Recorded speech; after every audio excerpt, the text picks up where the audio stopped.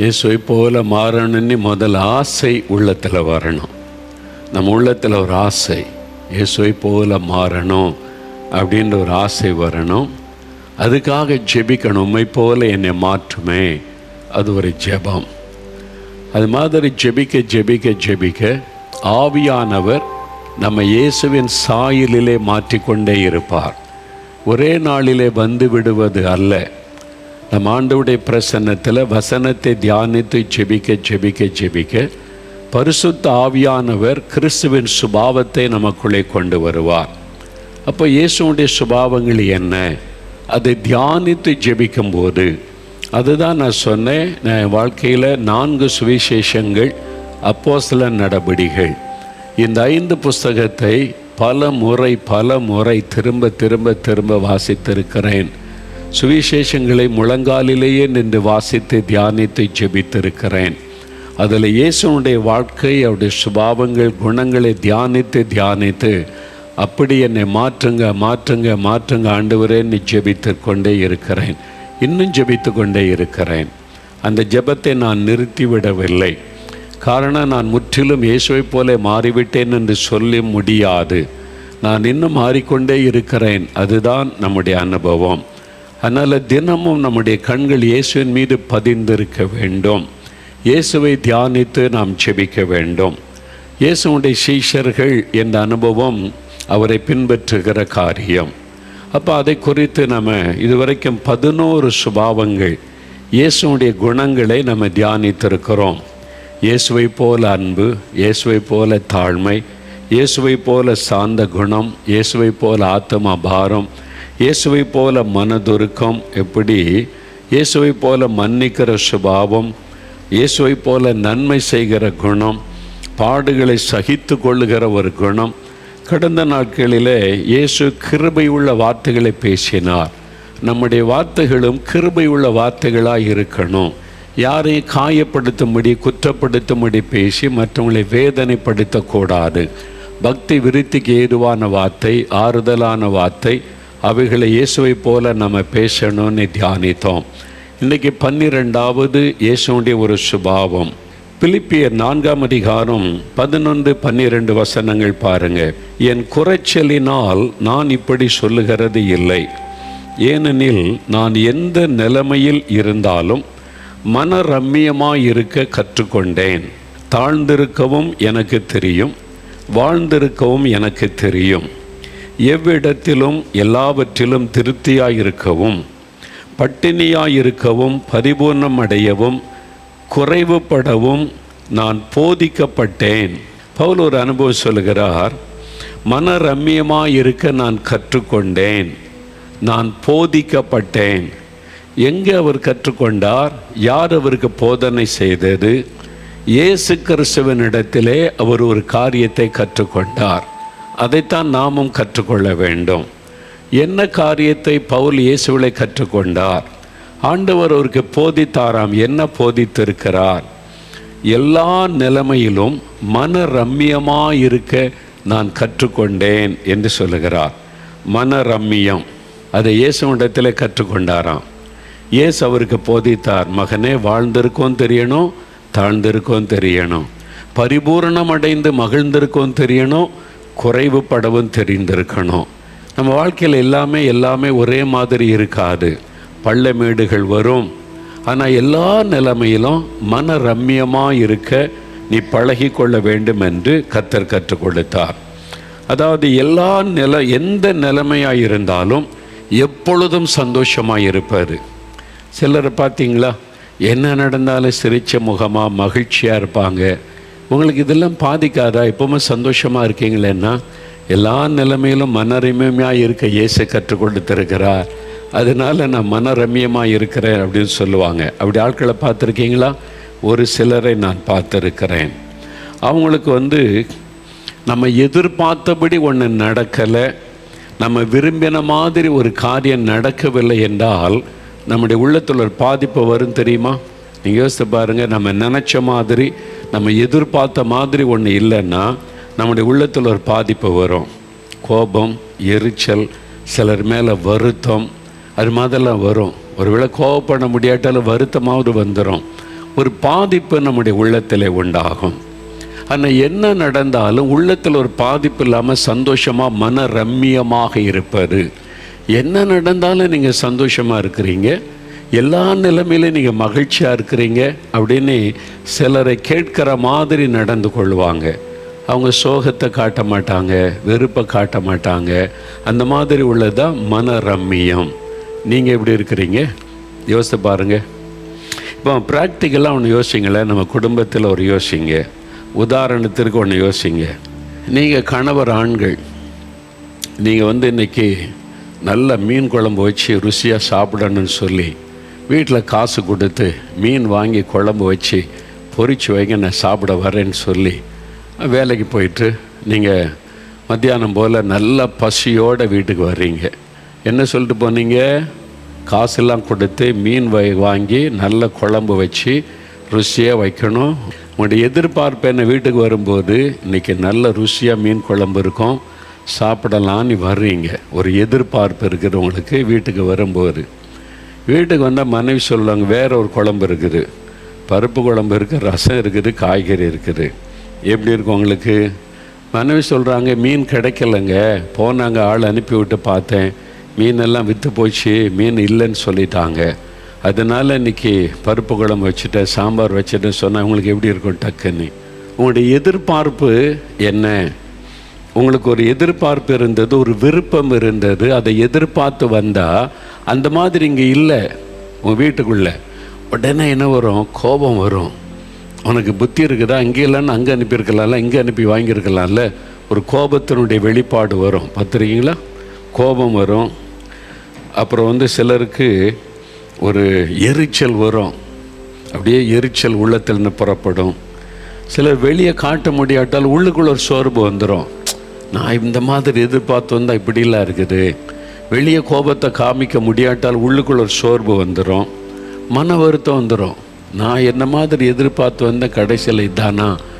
அப்போது அந்த சந்தோஷம் பாதிக்கப்படுதில்ல, உங்களுடைய மன மகிழ்ச்சி பாதிக்கப்படுது, சந்தோஷம் பாதிக்கப்படுது, ஒரு வருத்தம் உண்டாகுது, சம்மந்தப்பட்டவங்க மேலே ஒரு கசப்பு உண்டாகுது, எரிச்சல் உண்டாகுது, கோபமான வார்த்தை வெளிப்படுது, அங்கே சமாதானமே பாதிக்கப்படுகிறது.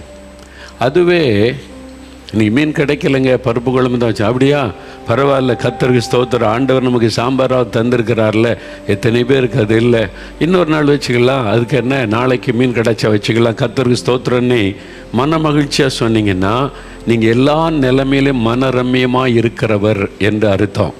இதை தான் இயேசுவிடத்தில் கற்றுக்கொள்ளணும். ஆனால் நம்ம குடும்பத்தில் நிறைய பிரச்சனைக்கு காரணமே இதுதான். நான் எதிர்பார்த்தபடி இல்லை, நான் விரும்பினபடி இல்லை, அதனால் வீட்டில் வந்தோடனே கோபம், எரிச்சல். சில மனைவிமாருக்கு கோபம், சில கணவருக்கு கோபம், சில பிள்ளைகளுக்கு கோபம். என்ன சாப்பாடு வச்சுருக்கேன் தூக்கி எறிவாங்க. சில பிள்ளைகள் பார்த்துருக்கீங்களா? அவங்க விரும்பின மாதிரி வைக்கலையா? அப்போது சில காரியம் நாம் விரும்பின மாதிரி எதிர்பார்த்தபடி காரியம் நடக்கலை, செய்யப்படலைன்னொன்னே நம்முடைய உள்ளத்தில் ஒரு பாதிப்பு வருகிறது.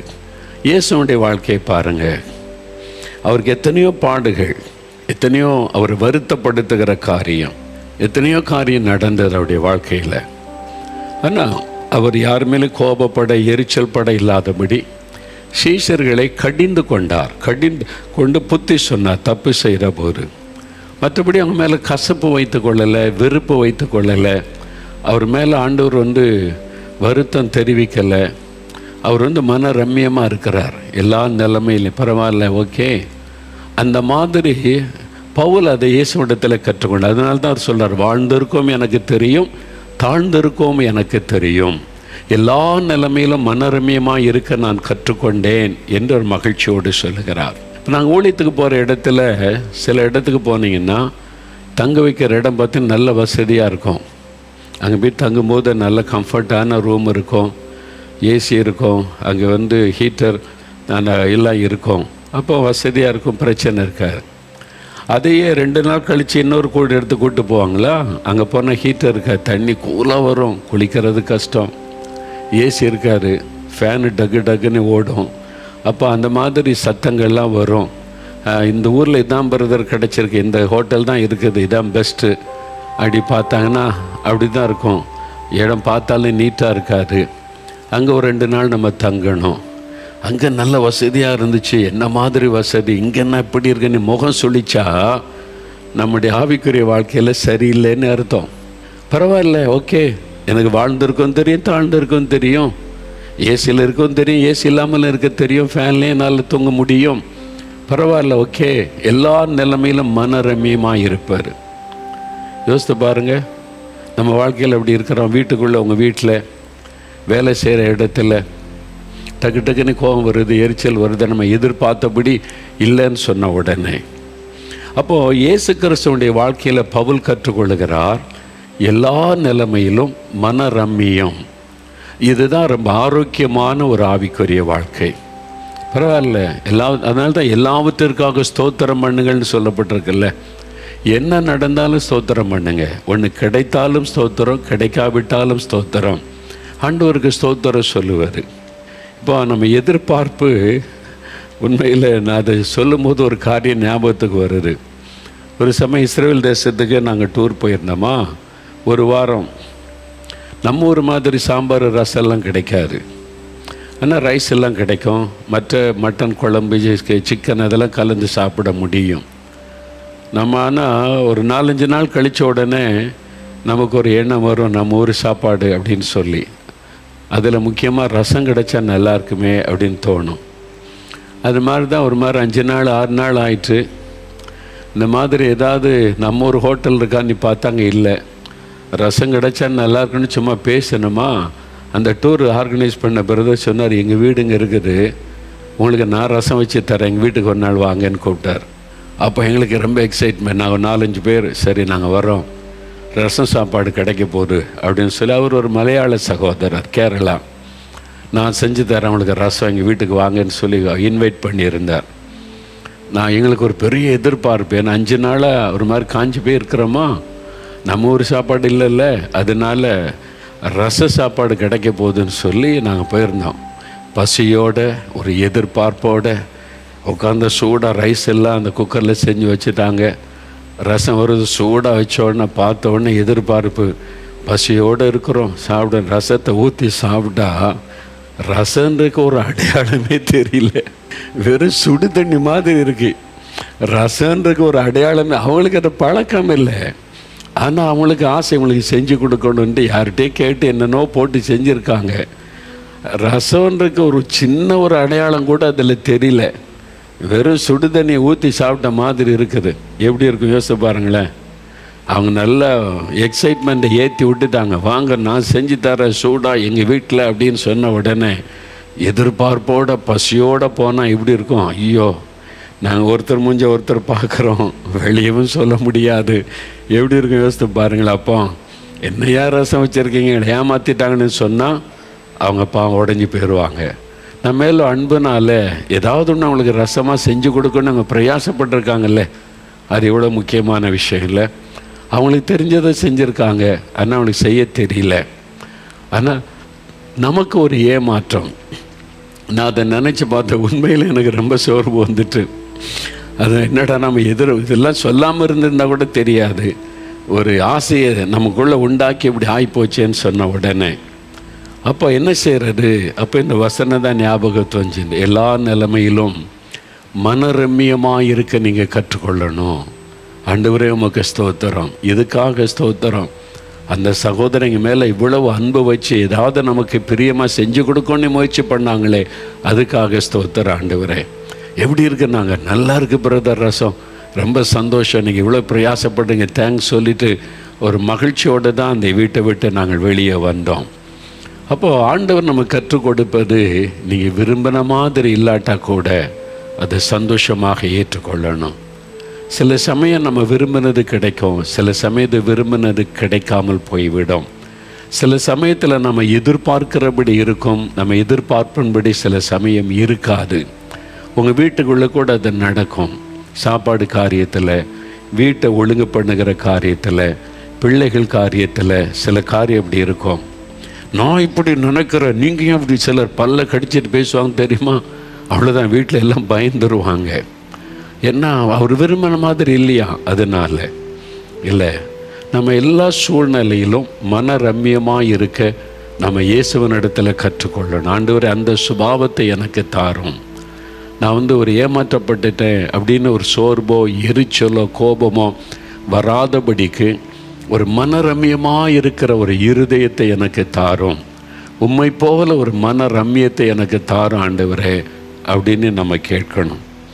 அப்பொழுது நம்ம உள்ளத்துக்குள்ளே எப்போவுமே அந்த சந்தோஷம் நிலைத்திருப்பதை பார்க்க முடியும். அந்த மனரம்யம். இயேசுடைய வாழ்க்கையை நல்லா கவனித்து பாருங்கள். அவருடைய வாழ்க்கையில் 3.5 ஆண்டு கால ஊழியம். அவருடைய ஊழிய பாதையில் நீங்கள் பார்த்தீங்கன்னா, முதலாவது ஆரம்ப ஊழியத்தில் எல்லாராலும் இயேசு புகழப்பட்டார். எல்லா இடத்திலும் இயேசுவுக்கு வரவேற்பு. என்ன அற்புதம் செய்கிற, அடையாளம் செய்கிறார்னு. 2வது வருஷம் வரும்போது எதிர்ப்பு ஆரம்பித்தார். எதிர்ப்பு கொஞ்சமாக ஆரம்பித்து அப்படியே பெருக வேத பாரகர் பரிசேயர் எதிர்க்க ஆரம்பித்தாங்க. குற்றம் கண்டுபிடிக்க ஆரம்பித்தாங்க. அவர் என்ன செய்தாலும் குற்றம், பேசுனா குற்றம், அற்புதம் செய்தால் குற்றம், அவர் ஏதாவது ஒரு காரியத்தை செய்ய சொன்னால் குற்றம், அந்த மாதிரி. அப்போ அந்த எல்லாம் சொல்லும்போதும் அவருடைய உள்ளத்தில் எப்படி இருந்திருக்கும்? அவருடைய உறவினர்கள் இயேசு மதிமயங்கிறார், மென்டல் ஆகிட்டாருங்க. அவரை பிடிச்சிட்டு போகிறதுக்கு வந்திருக்காரு, கெட்டி இழுத்துட்டு போன வீட்டுக்கு. பைபிள் இருக்குது, அவர் மதிமயங்கி இருக்கிறார் என்று அவரை பிடித்து கொள்ள வந்தார்கள் அப்படின்னு பார்க்க முடியும் மார்க்கில் வாசிக்கும் போது. அப்போ இயேசுக்கு எப்படி இருக்கும்? என்னடா அதை நான் இவ்வளோ மக்களுக்கு நன்மை செய்கிறேன், இதானே செய்கிறேன், இவங்க என்னடா இப்படி சொல்கிறாங்களே. ஆனால் அதுக்கு மத்தியில் மனரம்யமாக இருக்கிறார். ஓகே, சொல்லிட்டு போட்டோம். பிசாசை துரத்தி மக்கள் விடுதலை அடைஞ்சால் ஒரு மத தலைவன் சொல்கிறான், அவர் பிசாசுகளின் தலைவனால் பிசாசை துரத்துறாரு, அவர் பிசாசு, இயேசுவையே பிசாசுன்றான். அப்போது இயேசு அதையெல்லாம் கேட்டுட்டு அவர் சோர்ந்து போயிடல, முடங்கி போயிடல, அவருடைய உள்ளம் காயப்பட்டுட்டுன்னு உட்கார்ந்துருக்கல, அதையும் சந்தோஷமாக ஏற்றுக்கொண்டார். நம்ம வாழ்க்கையில் அப்படி இருக்கோம். எல்லாருமே நம்மளை புரிந்து கொள்வாங்கன்னு நினைக்க முடியாது, ஏற்றுக்கொள்ளுவாங்கன்னு நினைக்க முடியாது. நம்முடைய காரியத்தை குற்றம் சொல்கிறவங்களும் இருப்பாங்க, எதிர்க்கிறவங்க இருப்பாங்க, பரிகாசம் பண்ணுறவங்க இருப்பாங்க, தவறாக புரிந்து கொள்கிறவங்க இருப்பாங்க. இதெல்லாம் நம்முடைய வாழ்க்கையில் நம்ம வாழும் குடும்பத்துக்குள்ளே இருப்பாங்க, வேலை செய்கிற இடத்துல, ஊழியம் செய்கிற இடத்துல, எல்லா இடத்துலையுமே இதெல்லாம் நம்முடைய லைஃப்லேயும் வரும். நம்ம அதெல்லாம் சந்திக்க வேண்டியது வரும். இயேசு சந்திச்சார்ல. அப்போ இதெல்லாம் சந்திக்கும்போது இன்னும் ரொம்ப கொடுமையான காரியம், 12 பேரை தன் கூட இருக்க இயேசு தெரிந்து கொண்டார். பிள்ளைகளேன்னு சொல்கிறார், அவங்கள பிள்ளைகளே அப்படின்னு சொல்கிறார். அவங்களுக்கு எல்லாமே அவர் தான், இயேசு தான். அவங்களுக்கு உணவு உடை கொடுத்து பராமரித்து எல்லாமே தன் கூடவே வச்சுருக்கிறார். அவர் கூடவே இருக்கிறாங்க, இயேசுவோடு கூட. அவங்களே அவரை புரிந்து கொள்ளாமல் சண்டை போடுறாங்க. யார் பெரியவன்னு சொல்லி போட்டி போடுறாங்க. அவர் சிலுவையில் சாக போகிறேன்னு சொல்கிறார், இவங்க யார் பெரியன்னு சண்டை போடுறாங்க. இதெல்லாம் கேட்கும்போது அவருடைய மனசு எப்படி இருந்திருக்கும் யோசித்து பாருங்கள். அப்படி மனதில் 3.5 வருஷம் என் கூட இருக்கிறாங்க, என் பிள்ளைகளாக நான் வச்சுருக்கிறேன், எல்லாத்தையும் நான் கொடுக்குறேன், செய்கிறேன், என்னை புரிந்து கொள்ளலையே, நான் ஒன்று சொன்னால் அவங்க வேற ஒன்று நினைக்கிறாங்க, எப்படி இருந்திருக்கும்ல.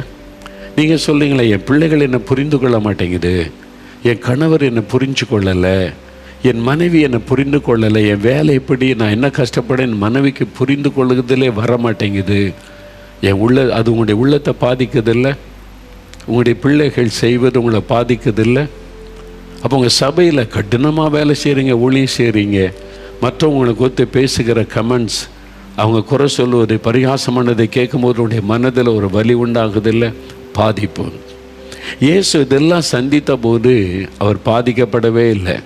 அது சொன்னால் சொல்லட்டும், பேசுனா பேசிட்டு, பிசாசுன்னா பிசாசுன்னு சொல்லிட்டு போட்டோம், மென்டல்னா மென்டல்னு சொல்லிட்டு போட்டோம். அதனால் நான் ஒன்றும் பைத்தியமாக போகிறதில்லை, அதனால் நான் ஒன்றும் பிசாசு பிடித்தவன் ஆக போகிறதில்லை. அவங்க வேணால் சொல்லிட்டு போகட்டும். ஆண்டவருக்குள்ள, கர்த்தருக்குள்ள, பிதாவோடு எப்பவும் ஒரு மகிழ்ச்சியில் இருக்கிறார்.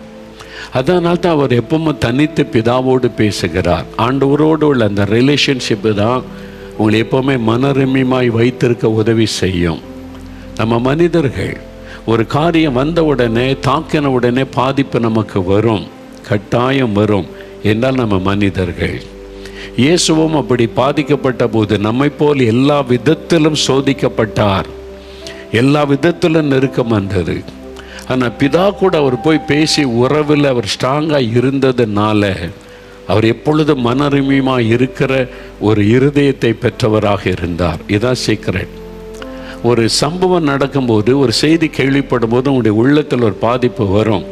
நீங்கள் உடனே ஆண்டவருக்கு தெரியப்படுத்தி, இயேசுவே இந்த காரியம் இது என்னை பாதிக்குது, இது என் உள்ளத்தில் வேதனை கொடுக்குது, என்னை ஹெல்ப் பண்ணுங்கன்னு ஜெபிச்ச உடனே அடுத்த நிமிஷம் உங்களுடைய உள்ளத்தில் ஒரு மாற்றம் வரும் பாருங்க. அதான் அவருடைய பிரசன்னம் கொடுக்கிற மாற்றம். அதனால தான் எப்பவும் ஆண்டவருடைய கனெக்ஷனில் எப்பவுமே இருந்து எப்பவும் ஜெபத்தோடு இருந்தீங்கன்னா இந்த பாதிப்புகள் உங்களை மேற்கொள்ளாது. அந்த பாதிப்பு வந்தாலும் நீங்கள் அதை ஜெயித்து மேற்கொள்ளுவீங்க. இதுதான் நம்ம இயேசுவிடத்தில் கற்றுக்கொள்ளக்கூடிய ஒரு காரியம், மனரம்யமாக இருப்பது. அப்படியே இருதயத்தில் கை வைங்க, ஒரு நிமிடம் ஜெபம் பண்ணுங்க. ஆண்டவரே, உம்மை போல நான் எப்பொழுதும் மனரம்யமாக இருக்க எனக்கு உதவி செய்யும்.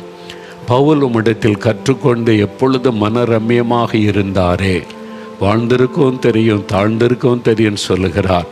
எனக்கு அந்த அனுபவத்தை தாரும், எனக்கு அப்படிப்பட்ட இருதயத்தை தாரும். உம்மை போல ஆண்டவரே எனக்கு மனரம்யமாக இருக்க கிருபை தாரும். ஜெபிங்க ஜெபிங்க. வாலிப தம்பி ஜெபம் பண்ணுங்க. வாலிப மகளே, எதுக்கு எடுத்தாலும் கோவப்படுறீங்கள, எரிச்சல் படுறீங்கள, ஆண்டவர்கிட்ட கேளுங்க. ஆண்டவரே, மனரம்யமாக இருக்கிற இருதயத்தை எனக்கு தாரும். ஆண்டவரே, இனி கோபம் எரிச்சல் இது என் உள்ளத்தில் வரக்கூடாது. இந்த வருத்தம் வேதனை மன அழுத்தம் வரக்கூடாது. நான் எப்பவும் மனரம்யமாக இருக்கிற இருதயத்தை எனக்கு தாரும். எல்லா சூழ்நிலையும் சரியாய் புரிந்து கொண்டு மனரம்யமாக இருக்க எனக்கு உதவி செய்யும். ஆவியானவர் இயேசுவை போல என்னை மாற்றுவீராக. இயேசுவின் நாமத்தில் ஆமேன் ஆமேன். For further details and prayer support, contact Jesus Redeems Ministries, Nalumavudi, Thoothukudi District, 628-211. Our phone number 04639 353535. info@jesusredeems.org. Our website www.jesusredeems.com. God bless you.